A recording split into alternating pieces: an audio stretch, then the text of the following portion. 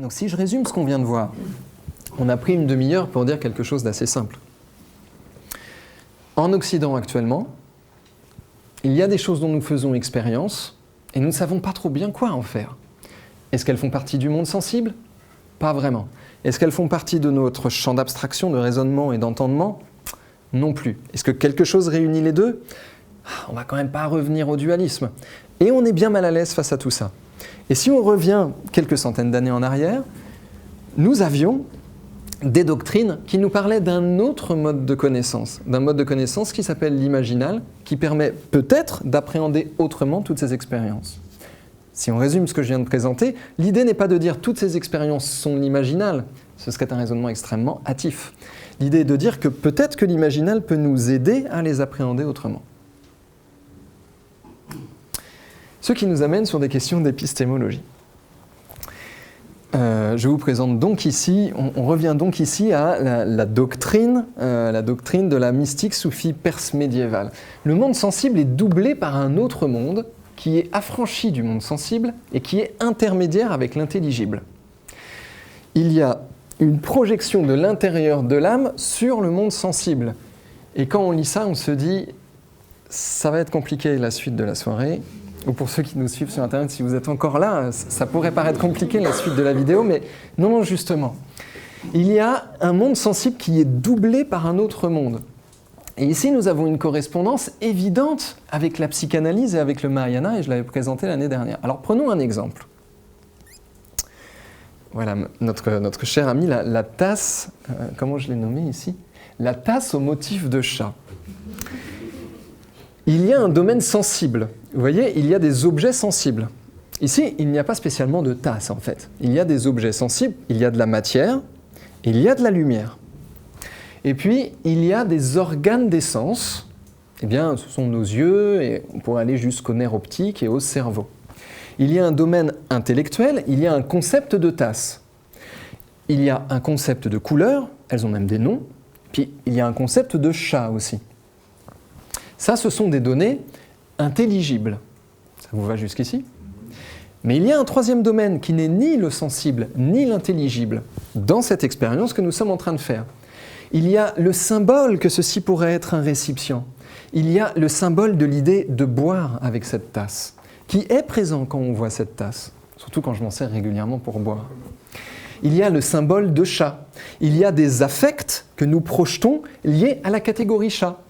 Si vous avez une félinophobie, peut-être qu'à chaque fois que je sors cette tasse, vous n'êtes pas très à l'aise. Mais si vous avez un amour, une grande tendresse pour les chats, peut-être qu'à chaque fois que je sors cette tasse, vous vous dites « c'est quand même sympa les chats », peut-être que ça vous génère quelque chose de très agréable. Et là, nous voyons qu'il y a des affects qui sont liés à la catégorie chat. Ce n'est pas de l'entendement, et ce n'est en rien dans le monde sensible. Nous pouvons dire qu'il y a des affects liés à la catégorie chat, et il y a aussi des affects qui sont liés à ce chat particulier. Peut-être parce que toutes les semaines, je vous sors la même tasse avec le même chat. Et toutes ces choses, le symbole de récipient, le symbole de boire, le symbole de chat, les affects qui sont liés à la catégorie chat, les affects qui sont liés à ce chat, toutes ces données ne sont ni dans le sensible, ni dans l'intelligible. Elles sont donc dans un troisième domaine. Elles sont dans le domaine de l'imaginal. Et nous avons ici donc une compréhension en termes très simples de l'idée que le monde sensible, perceptible par nos capteurs sensoriels, est doublé par un autre monde qui est affranchi du sensible et qui est intermédiaire avec l'intelligible. Clair ? Super. Super parce que c'est un point clé pour comprendre toute l'épistémologie de la mystique soufie.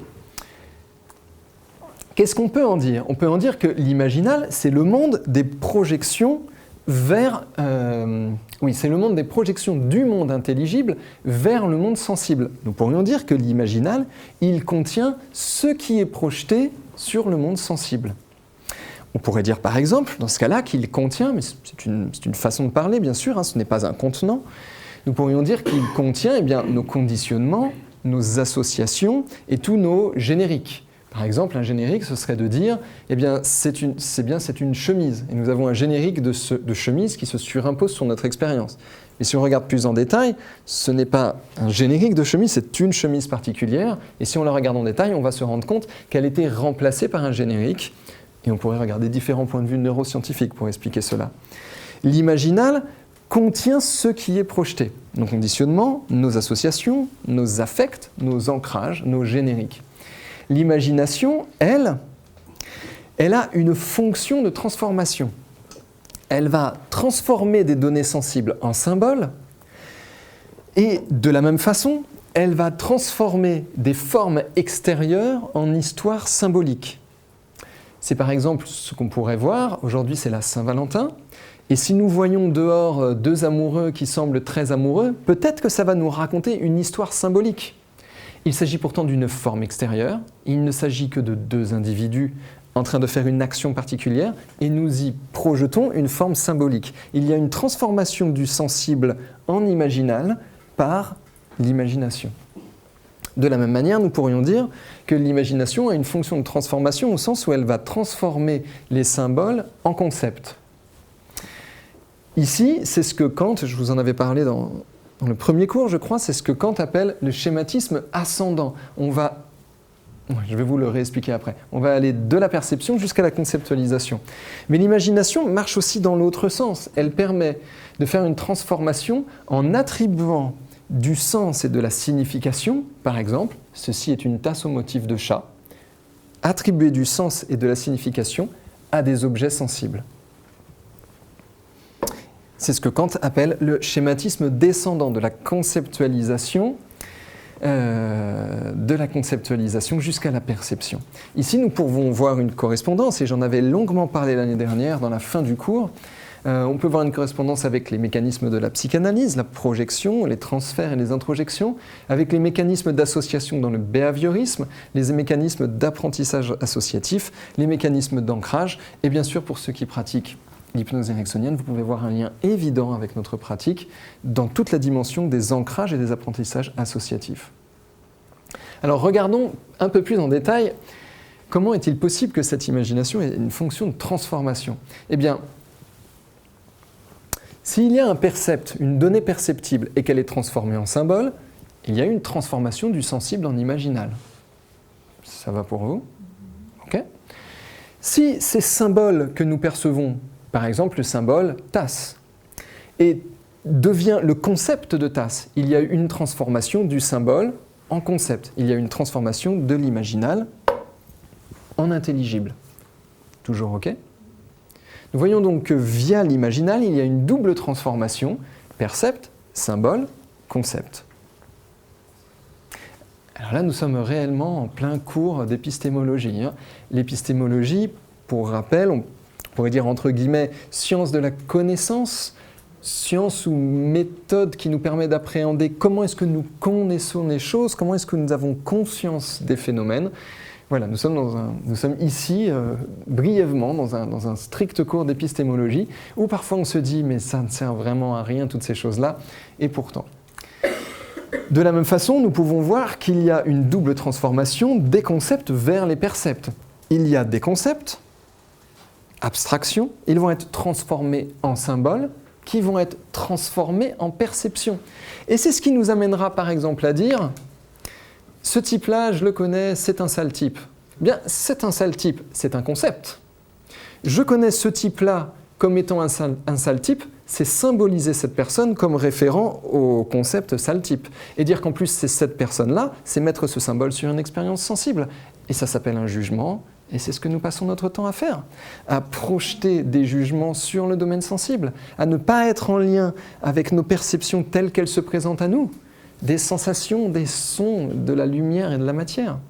Mais nous projetons quelque chose qui s'ajoute sur le domaine sensible via notre imagination. Et là, nous sommes toujours dans un cours d'épistémologie, mais je pense qu'à ce stade-là, il devient fonctionnel, car généralement, ces projections que nous faisons sur le monde sensible sont la base de bien de nos difficultés et de bien de nos souffrances. Je vais prendre les questions après, parce que... Concept et symbole, parce que je trouve que la dernière histoire que tu as racontée, parce que j'ai un peu de mal entre le symbole et le concept, si je suis tout près, on verra. Et la dernière histoire que tu as racontée avec le symbole du sale type et tout, si tu pouvais juste la répéter un petit peu plus doucement pour ma part. Mais sinon, on voit ça à la fin, c'est parce qu'il y a quelque chose... D'accord. Partons d'un truc très simple. Cette tasse est sympathique. Là, on a tout, en fait.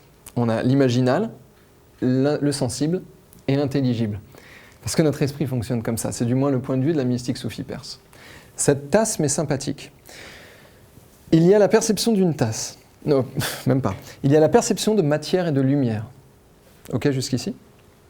Il y a le fait que cette matière et cette lumière, je peux les appréhender comme le symbole tasse. Ok? Ou pas ok? Le symbole tasse, c'est récipient pour moi.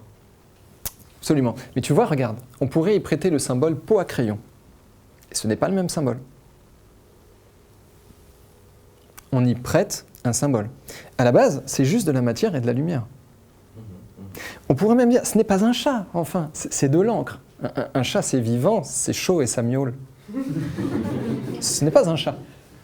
C'est un symbole de chat. Là, on est dans le monde des symboles. Et je vais conceptualiser ce symbole en lui mettant un nom. Et c'est sûrement là qu'est ta question. J'y prête le concept de chat. Mais pour donner l'exemple, je suis obligé de nommer. Et pour nommer, je suis obligé de citer l'intermédiaire entre symbole et concept. Je suis obligé de faire la transformation du symbole en concept. Et ça, c'est ce qu'on appelle le logos, quoi, la parole. C'est ce qui transforme, ce qui traduit. Maintenant, prenons le truc dans l'autre sens.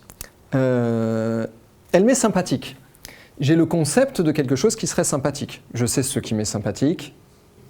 Par exemple, une tasse avec un chat que j'aime bien, et ce qui ne m'est pas du tout sympathique. Par exemple, poser ma main sur une plaque chauffante. Tu vois ? J'ai le concept de ce que j'aime et de ce que j'aime pas, pour faire caricatural. J'ai le concept de ce qui m'est sympathique. Ici, il y a un symbole. C'est même pas pour boire, c'est un truc qu'on a dessiné sur une tasse. C'est un symbole. Et je vais prêter le concept de sympathique à ce symbole. Il va y avoir une association entre le concept et le symbole. Et tout ça, je vais le projeter sur de la matière et de la lumière, en disant « c'est une tasse avec un chat qui m'est bien sympathique ». Où en sommes-nous donc ? On voit donc un jeu de double transformation qui peut avoir deux sens, qui fonctionne à double sens, et c'est ce qu'on trouve dans le travail de Kant avec le schématisme ascendant et le schématisme descendant. Une transformation des percepts en symboles en concepts, une transformation des concepts en symboles en percepts. Dans les deux sens, nous voyons un jeu de double transformation. Autre point de vue qui est important dans la philosophie perse médiévale, c'est la notion de prophétologie. On pourrait dire que la prophétologie, c'est une science de la prophétie. Et la prophétie, qu'est-ce que c'est ? C'est la transmission d'une parole révélée. Dans un contexte théiste, c'est une parole divine révélée. Dans un contexte athéiste, eh bien, nous pourrions dire « j'ai une révélation ». Dans des termes plus modernes, on dirait « j'ai une subite prise de conscience » ou « j'ai eu un insight » par exemple. Bien dans les termes classiques, dans la mystique soufie perse, on parlerait de prophétologie en parlant de prophétie. Et le fait d'avoir cette expérience de vivre une prophétie, ça nécessite une herméneutique, dont nous allons parler dans la dernière partie du cours. Ça nécessite d'avoir une méthode d'interprétation, une méthode pour y donner du sens. Alors ce qui est très important à comprendre ici, et ce qui est vraiment dans les textes de Sohrawardi, Ibn Arabi, traduit par Henri Corbin, c'est que la prophétie, elle est personnelle. L'insight, il est personnel. Par exemple, prenons un truc très simple. Si je fais une expérience qui me paraît incroyable, parce que pour moi elle est incroyable, dans laquelle j'ai des visions, etc., aussi complexe soit-elle, et que la conclusion pour moi c'est « mais il faut arrêter de se prendre la tête dans la vie, il faut se détendre, il faut être cool ». Eh bien, c'est vrai pour moi. Et ces mots-là font sens pour moi. C'est une révélation qui m'est personnelle. Et peut-être que quelqu'un me dira « oui, bon, écoute, ta révélation, on le savait déjà. » Et on aura le sentiment que cette révélation lui est intransmissible. Mais, plus frustrant encore, peut-être que quelqu'un nous dira « bah ça, c'est toi qui le dis qu'il faut être cool et qu'il faut se détendre. Moi, je pense que vu ce qui se passe dans le monde, il ne faut pas être cool, il ne faut pas se détendre. » Et ici, nous avons deux révélations qui sont de nature divergente. Et c'est pour ça que la révélation, la prophétie est personnelle. Ibn Arabi le propose en disant « pas de dogme, pas de message unique. Et il dit, chacun reçoit sa propre prophétie. Et c'est une pratique que nous retrouvons dans d'autres domaines. On peut voir une correspondance, par exemple, avec des pratiques modernes de néo-chamanisme, avec la quête de vision. On peut voir aussi une correspondance avec la notion d'un inconscient agent. Je vous rappelle cette maxime de Erickson, que je n'arrive jamais à mémoriser d'ailleurs. Votre inconscient en sait plus que vous ne savez que vous savez, ou que vous ne savez qu'il sait. Enfin, voilà, un inconscient agent qui a de la connaissance que nous pensons ne pas avoir. Et dans certaines séances d'hypnose, je ne dirais pas dans toutes, mais parfois il y a cette expérience d'avoir une forme de révélation, de subitement prendre conscience de quelque chose qui nous renvoie dans la mystique soufie perse à la notion de prophétie. Ibn Arabi va nous dire que le messager, ce qui nous donne cette prophétie, il se montre à chacun de manière différente et il montre à chacun une direction personnelle. Et enfin, chacun connaît cette révélation et son éventuel messager, ce qui va donner ce message, l'agent qui transmet ce message, chacun va le connaître sous une forme différente. Sans herméneutique, sans méthode pour interpréter le message, il va y avoir une confusion sur le message, une méprise sur le message, et il va y avoir une confusion entre le personnel et l'impersonnel. Et j'avais noté, alors je vais noter de vous raconter l'histoire de Benny Shannon, son expérience avec l'ayahuasca, mais comme j'ai déjà perdu du temps sur ce cours, je vais vous la raconter de manière brève, mais il l'a écrit et vous pourrez le lire sur Internet. Benny Shannon est en Israël, philosophe des religions, épistémologue, et pour des raisons diverses, à la fin des années 90, des gens de son réseau lui disent tu devrais essayer, expérimenter cette expérience qu'est l'ayahuasca avec laquelle travaillent les chamans péruviens. Et Benny Shannon est bouleversé par l'expérience qu'il fait. Et il dit, quand je suis revenu de cette expérience en Israël, j'ai pensé que j'étais un prophète. Car il m'était apparu que l'ayahuasca est l'agent dont on fait expérience tous les mystiques. Quelques années plus tard, il dit « Voilà un bon exemple de confusion entre une révélation personnelle et une révélation collective. » Parce qu'il voulait proposer cette idée à tout le monde. Il l'a fait quelque temps. C'est le jeu de la philosophie d'avoir une idée, de la réfléchir et ensuite de la défaire pour avoir une autre idée. Et c'est aussi une confusion entre personnel et impersonnel, car il a voulu la proposer aux autres. Confusion pour le sens, un sens qui lui était donné, qui était un sens caché. Peut-être que le sens était simplement de dire « il y a quelque chose sous l'expérience de tous ces hommes-là ». Et peut-être qu'il y a eu une méprise, mais je vous laisserai lire comment il raconte son histoire. Sans herméneutique, sans méthode pour interpréter les révélations que nous recevons, il peut y avoir une méprise, il peut y avoir une erreur de compréhension. Dans un contexte théiste, cette révélation est divine, et c'est le contexte de la mystique soufie perse pour lesquels les mystiques soufis perses pour lesquels il est évident que ce message est de nature divine, bien sûr puisqu'ils sont dans une culture théiste. Nous, hors du contexte théiste, nous dirions qu'il s'agit simplement de révélation. L'idée d'une théophanie, c'est que c'est une révélation de nature divine. Je pense que c'est vraiment la définition étymologique de ce terme. Alors, on peut prendre un exemple d'épiphanie dans l'épisode du buisson ardent de l'expérience mystique de Moïse.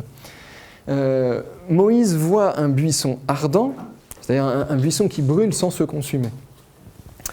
Et il y entend une voix divine. Eh bien, vous voyez ici, du percept au symbole au concept, il y a eu une double transformation. Et cette transformation nécessite un organe de perception qui est au travers du sensible, parce qu'il a quand même expérimenté ce qu'il a expérimenté. Il n'y a aucun jugement à poser sur l'expérience qu'a fait cette personne. Simplement, au travers de son expérience sensible, il y a un autre organe de perception qui a vu et entendu une parole qu'il attribue à un Dieu créateur. Ici, nous avons donc l'expérience d'un organe de perception transsensible de nature théophanique. Une phrase bien complexe, mais ici je retranscris tel quel le travail de Henri Corbin sur son propre travail sur la mystique soufie perse. Ce qu'on peut voir et ce qui va nous rapprocher de ce que nous faisons nous, c'est qu'il y a un organe de perception pour percevoir des faits nouveaux, de la compréhension nouvelle. Révélation est un terme peut-être un peu fort, insight et prise de conscience. À vrai dire, je ne sais pas, mais il y a quelque chose qui peut percevoir cela. Et cet organe va évidemment avoir besoin d'une autre fonction pour décoder ce qui est perçu. Est-ce que ça va toujours jusqu'ici? Ok.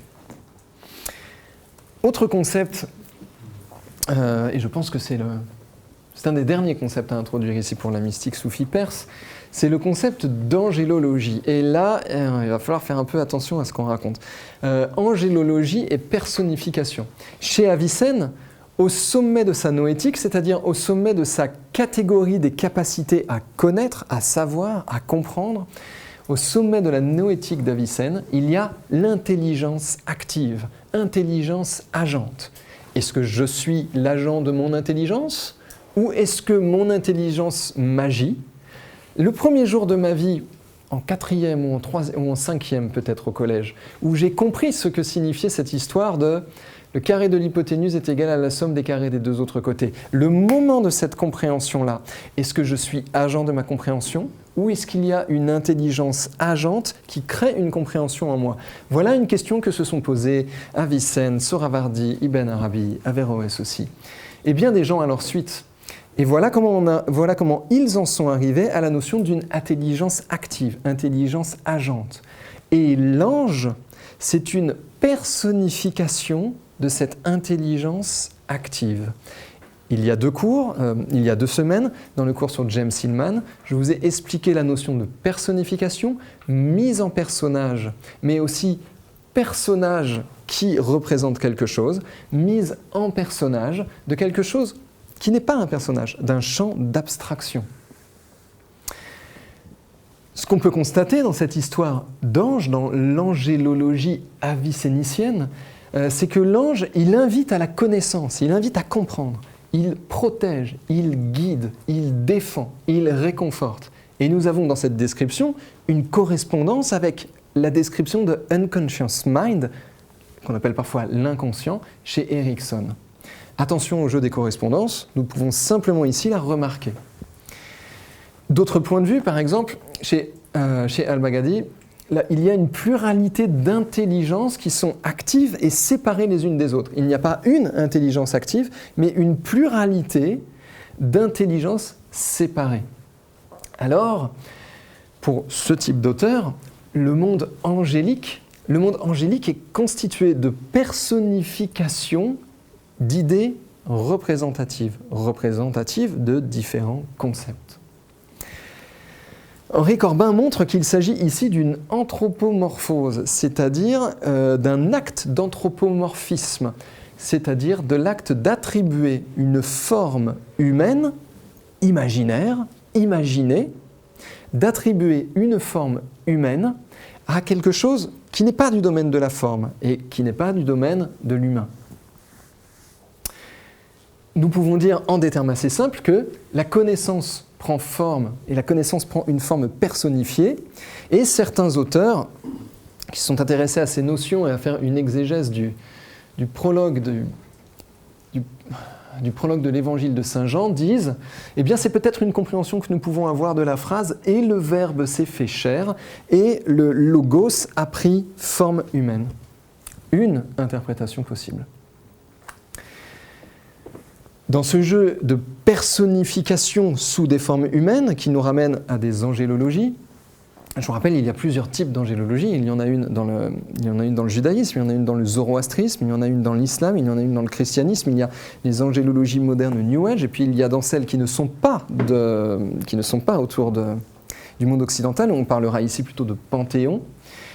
Ce qu'on peut voir, c'est qu'il y a une récurrence de cette figure archétypale qu'on pourrait nommer l'ange. Par exemple, chez Sohravardi, c'est l'ange de la révélation et de la connaissance. Dans la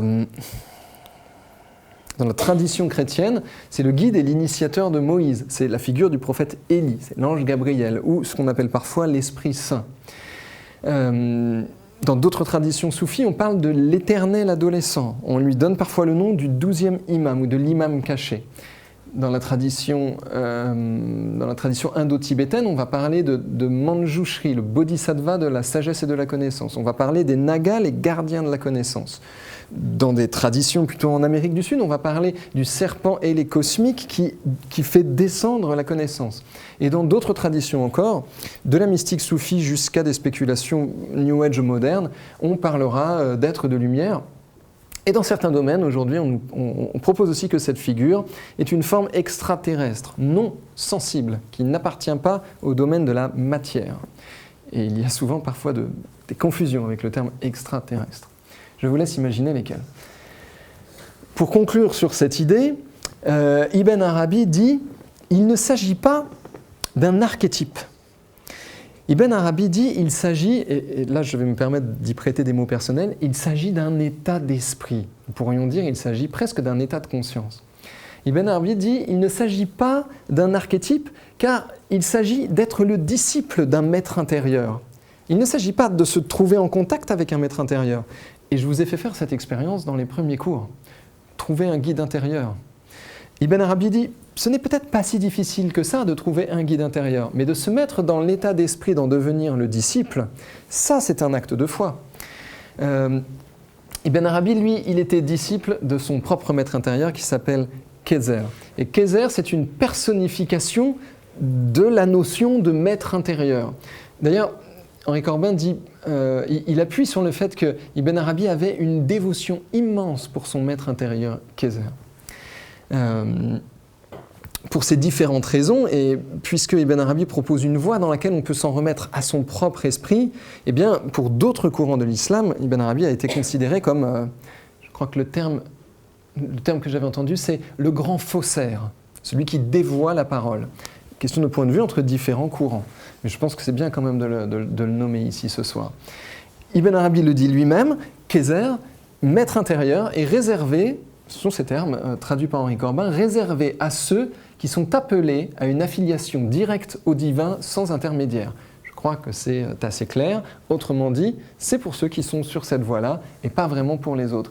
Il dit néanmoins que, d'après lui, tout être humain est naturellement orienté vers la recherche de son guide personnel invisible. C'est par exemple une notion que l'on retrouve dans d'autres traditions, par exemple dans la tradition néo-chamanique, qu'on connaît assez bien aujourd'hui, avec la notion d'animal totem, d'animal gardien. Le point clé ici, c'est que être le disciple de Khézer, être le disciple du maître intérieur, c'est un état d'esprit où il va y avoir l'expérience que le disciple et le maître ne font qu'un. Et vous avez pu l'expérimenter en faisant du rêve éveillé dirigé. Bien que nous sachions qu'il s'agit d'un domaine imaginaire qui n'est qu'expression de notre propre esprit, nous avons sans cesse l'impression qu'il s'agit de quelque chose qui est externe à nous. C'est assez étrange parfois de discuter avec une épée imaginaire et de se rendre compte que nous ne sommes pas d'accord avec ce qu'elle nous dit. Ici, il y a l'idée d'une non-différenciation, d'une non-séparation, d'une identité entre le maître et le disciple. C'est une pratique que l'on retrouve par exemple aussi dans le tantrisme mahayana avec les pratiques dites de guru yoga, union au maître. Donc pour résumer, cette idée d'ange, d'angélologie, cette idée de maître intérieur est proposée comme Ibn Arabi comme étant non pas seulement un archétype personnifié, mais comme étant ultimement un état d'esprit, nous pourrions dire un état de conscience à actualiser ou à mettre en marche.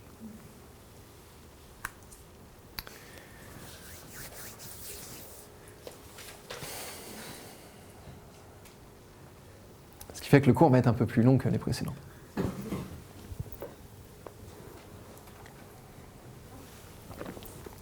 Maintenant, s'il y a des transformations d'une réalité à une autre, d'un domaine à un autre, et s'il y a de la connaissance accessible,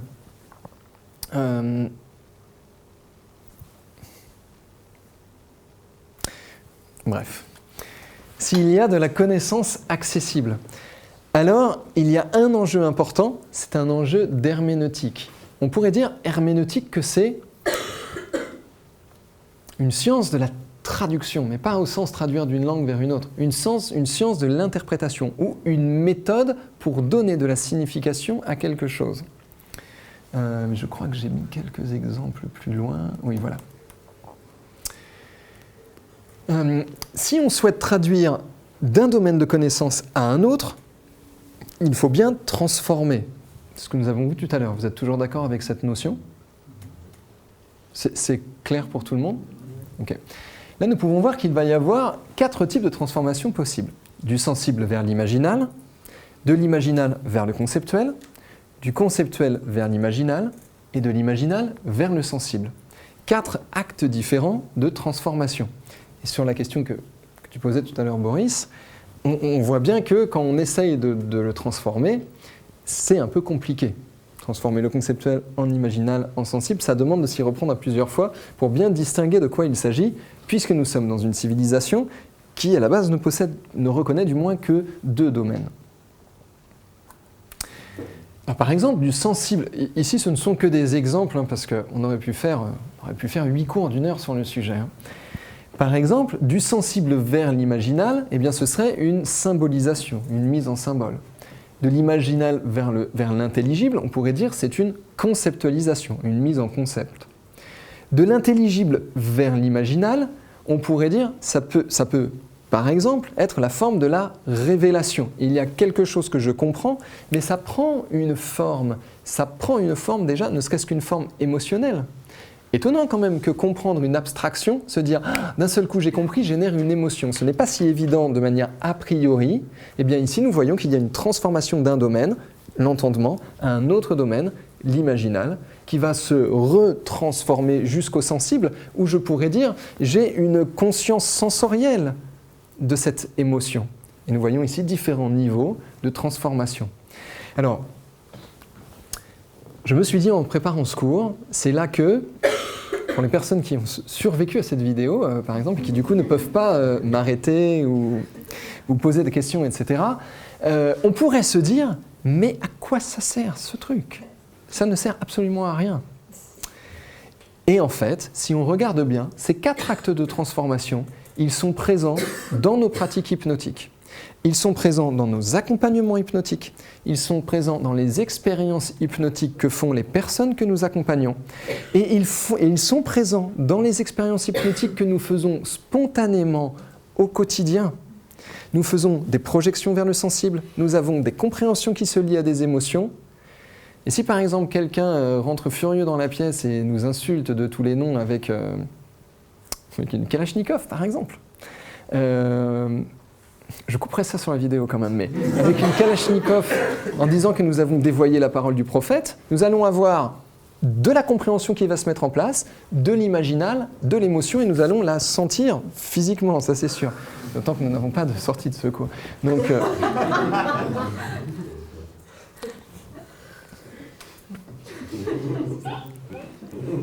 comme ça rend le truc très tangible, je pense. Je ne sais plus où j'en étais. Ces fonctions sont mises en jeu, ces fonctions sont mises en jeu dans nos pratiques hypnotiques. La transformation du sensible en imagination, la transformation de l'imagination en concept. Et souvent le problème est là. Nous accompagnons parfois des gens qui ont une imagination et un concept qui est complètement décorrélé du domaine matériel et qui ne savent pas quoi faire de cela. Ce n'est qu'une illustration car, comme je vous l'ai dit, on pourrait donner de nombreux cours d'1 heure, peut-être 1 heure et demie sur ce sujet et j'espère que dans les prochaines années, nous prendrons le temps de le faire. Ce qu'on peut voir ici, c'est que la réalité du symbole, le domaine dans lequel le symbole est réel, c'est dans l'imaginal. Et il y a une fonction, par une fonction herméneutique, on va pouvoir distinguer ce qu'est une allégorie de ce qu'est un symbole. Pour Henri Corbin, c'est la méthode herméneutique. Distinguer le symbole de l'allégorie. Alors, regardons ça un peu au détail. Dans une allégorie, le percept, ce qui est perçu, désigne un concept, une abstraction. Un objet en désigne un autre, ou un objet en signifie un autre. C'est ce que nous retrouvons par exemple dans les métaphores, c'est ce qu'on retrouve par exemple dans les paraboles, qui sont aussi une forme d'allégorie. Alors là, je pense que vous pouvez remarquer que c'est quelque chose qu'on utilise dans les pratiques hypnotiques, de praticiens à clients, mais que les clients font aussi spontanément. Ils mettent en allégorie des situations. Nous nous doutons bien par exemple, quand quelqu'un dit « je n'en peux plus, ça me gonfle », nous savons bien que son corps physique ne gonfle pas par exemple. Eh bien, nous voyons ici que l'allégorie est mise en jeu. Le symbole, quant à lui, J'ai essayé de ne pas me marrer sur ce truc-là. Le symbole, quant à lui, dans une philosophie qui intègre l'imaginal, le symbole n'est pas une représentation. Le symbole est un objet imaginal, un objet qui n'est pas réel dans le monde sensible, un objet qui n'est pas réel dans le monde conceptuel, mais un objet qui est réel dans le monde imaginal. Et c'est sur cette idée que j'avais ouvert l'année dernière les cycles de cours d'hypnologie. Il est connaissable à part entière.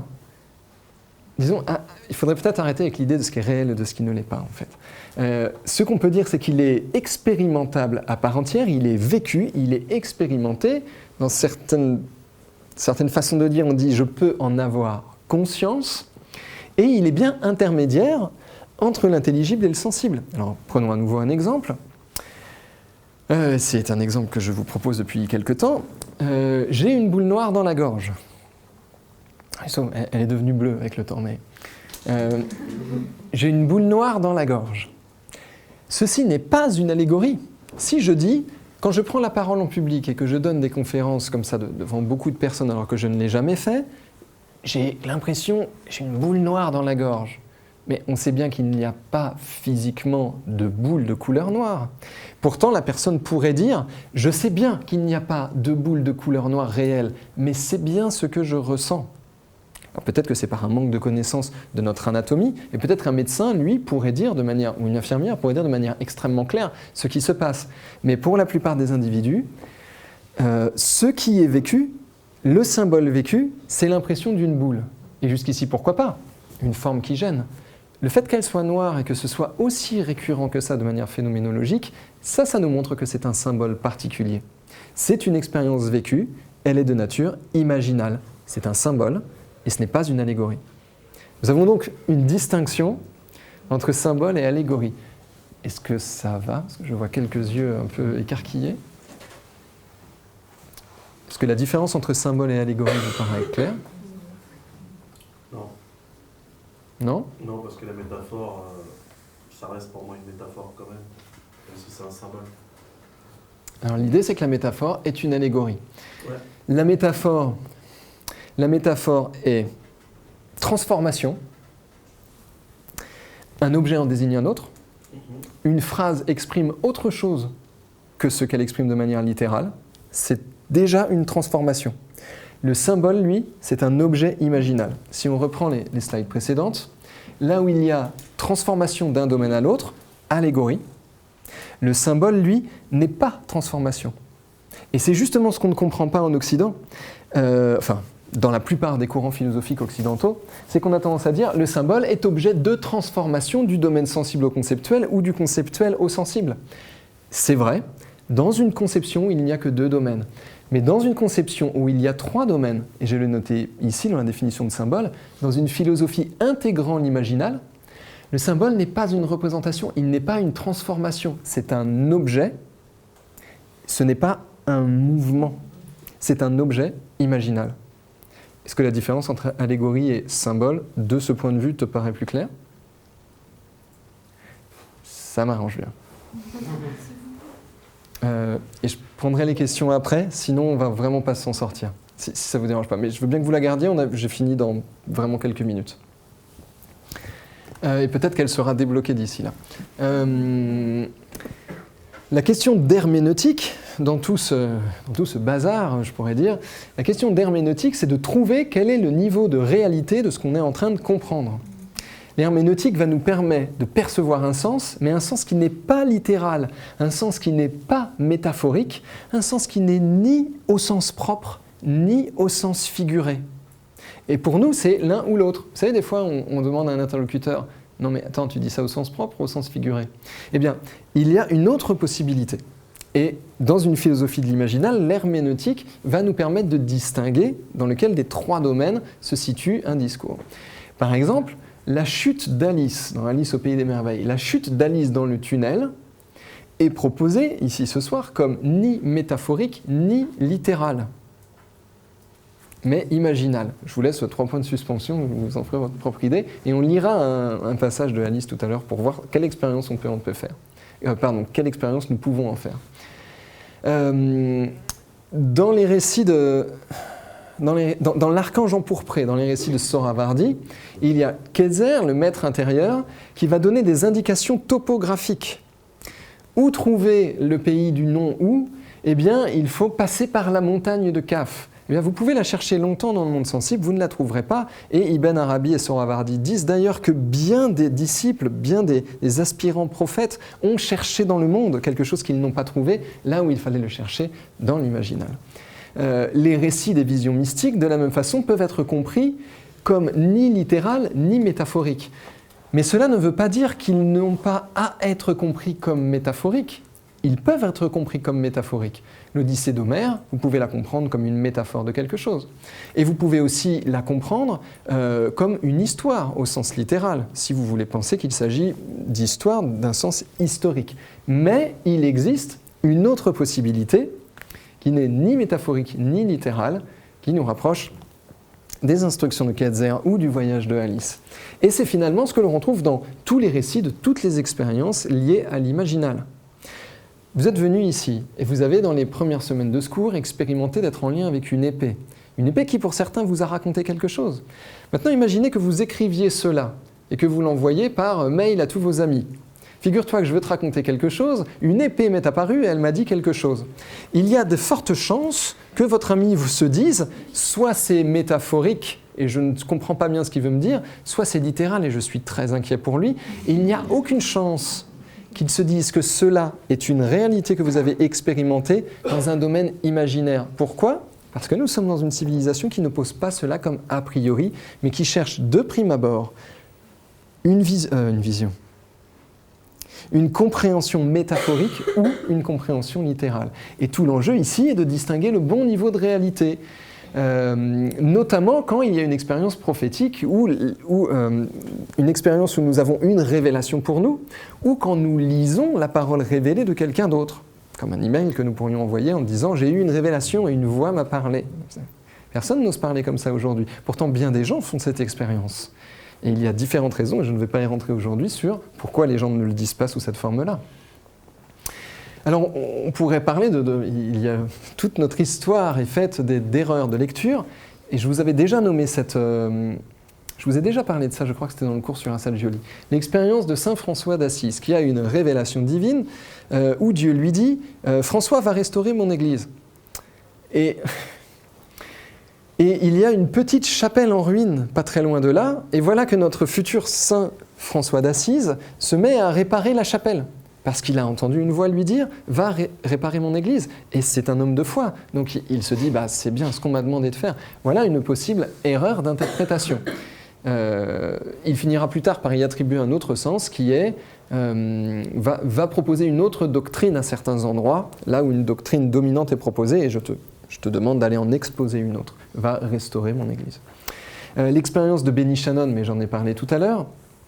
L'expérience du Totem Pole Process, pour ceux qui ont fait cette expérience, dans le Totem Pole Process, vous pouvez vous retrouver à discuter non pas avec un, mais avec 7 animaux différents les uns des autres qui ne racontent pas la même chose. Eh bien, dans ce qu'ils racontent, nous pourrions faire des erreurs d'interprétation. Par exemple, si je suis mis en lien par le Totem Pole Process avec un dragon intérieur qui me dit j'ai une aile cassée et j'ai besoin de toi pour la réparer, qu'est-ce que cela veut dire ? Eh bien, cela dépend de chacun, à chacun de voir quel est le sens de cette phrase. Est-ce qu'il y a une action à faire à ce sujet dans le sensible, au niveau conceptuel, ou est-ce qu'il y a une aile imaginale sur un dragon imaginaire qui est cassé et qu'on nous demande juste de la réparer ? On peut y attribuer un sens métaphorique, on peut y attribuer une action imaginale, ou on peut en comprendre quelque chose à faire dans le monde sensible. En particulier, Ibn Arabi a fait un commentaire d'une herméneutique spirituelle comparée, une herméneutique de textes spirituels, de traditions différentes, et nous pourrions comprendre ici le mot spirituel comme ni sensible ni intellectuel, nous pourrions le traduire comme une herméneutique imaginale ou une herméneutique psychique. C'est appliquer l'herméneutique en particulier à la parole révélée par des visions, les saintes visions des prophètes, pourquoi pas, mais aussi tout simplement les visions que nous, non-prophètes, a priori, nous faisons dans nos expériences avec l'imaginal. Et quelle qu'en soit la méthode, quelle que soit la technique qui nous amène à ces expériences ou à ces visions. Il s'agira donc d'une herméneutique spécifique pour les textes sacrés, pour les visions des prophètes, pour les récits visionnaires, pour les récits héroïques qui mettent en jeu des patterns archétypales et des mythologèmes. Une herméneutique pour toute expérience personnelle liée à l'imaginal. Et une herméneutique pour un cas particulier, c'est une forme de mise en abîme, pour les textes révélés qui parlent du fait de parler de l'imaginal. Parce que ça arrive, et c'est par exemple une des structures, c'est une proposition, une des structures, un des degrés de lecture que nous pouvons avoir du conte Alice au Pays des Merveilles chez Lewis Carroll. Mais que l'on retrouve aussi dans d'autres travaux, par exemple dans le travail de Castaneda, dans le mythe moderne de Matrix, et de manière plus traditionnelle, une thématique que l'on peut retrouver dans l'Odyssée d'Homère, dans l'Archange empourpré chez Sohravardi, dont je vous lirai un passage tout à l'heure. Une thématique particulière de parler du fait qu'il y a un domaine dont nous ne pouvons pas parler, ce qui va faire des phrases du type « Je suis allé dans un pays qui est nulle part, dans un temps qui n'est pas un temps, mais je n'y suis pas allé ». Mais pourtant, j'y étais. Et quand on a expérimenté l'imaginal, ça peut faire sens. Quand on ne l'a pas expérimenté, on se dit, quelle est donc cette métaphore ? Voilà, je vais accélérer un petit peu pour la suite.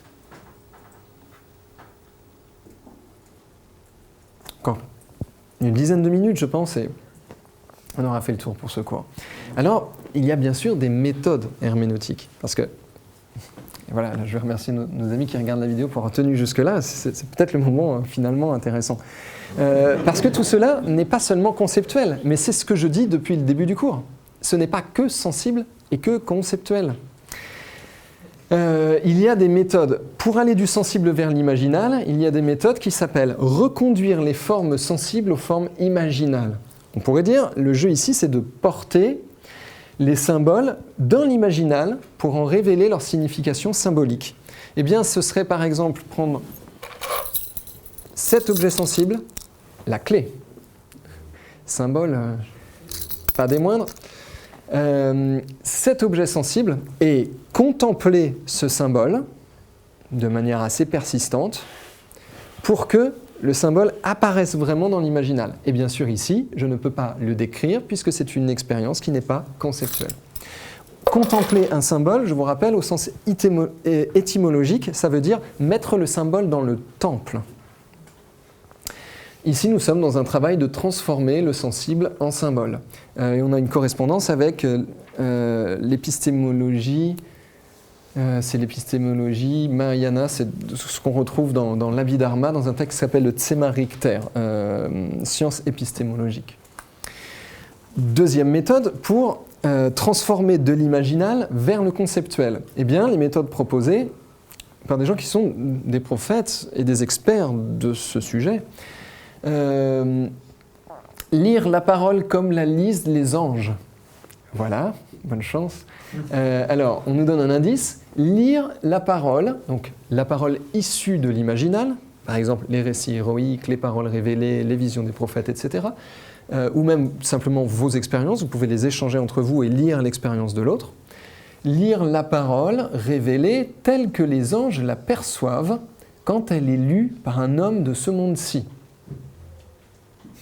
Or, les anges sont des personnifications de la connaissance. Et cette connaissance, je n'en suis pas agent. Je vous donne quelques pistes. On va avoir une transformation du texte ou de la parole vers l'imaginal, et de cet imaginal vers des significations conceptuelles cachées ou des insights. Nous avons ici une corrélation avec les pratiques que nous avons en hypnose ericksonienne, en PNL, en chamanisme et dans les différentes techniques hypnotiques.